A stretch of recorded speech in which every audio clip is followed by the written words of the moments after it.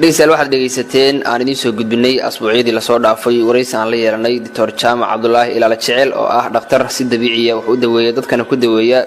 daawo dabiici ah ama daawo Soomaali ah ama daawada dhirta runtii dad badan ayaa feedback ama jawaab celin ka soo sameeyay waraysiga dhakhtarka waxna ka gartay sidoo kale asbuucan waxaan idin haynaa dad fara badan oo kamid ah dadka uu dhakhtarku daweeyay isla markaana ku daweeyay daawo Soomaaliga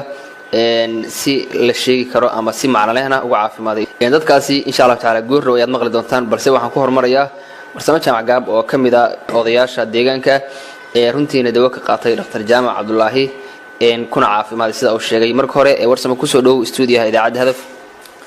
bismillaahir rahmaanir rahiim arintaas waxay ahayd arin yaab loo soo madhay waxaan ahaa nin xanuunsan oo farmasheeyalka iyo isbitaalada ku wareegay xanuunkiisuna muddo badan ahaa waxaan ahaa nin qalalay oo jirkiisu qalalay oo maaragtay uu fogaaday ilaahay baa ay keenay maalmaha kamida jaamaca waan is wareysanay way salaanay awal baan isnaqin wuxuu yiri warniyow daawaan hayaa aad ku raysanayso daawadii wuu isiiyay maalintii ugu horeysay oo aan cabay shaablaan muggeed baan cabay oo anigu aan qastay shaablaantii markaan cabay horta qabow baa ay galay jir kulligay qabow baa ay galay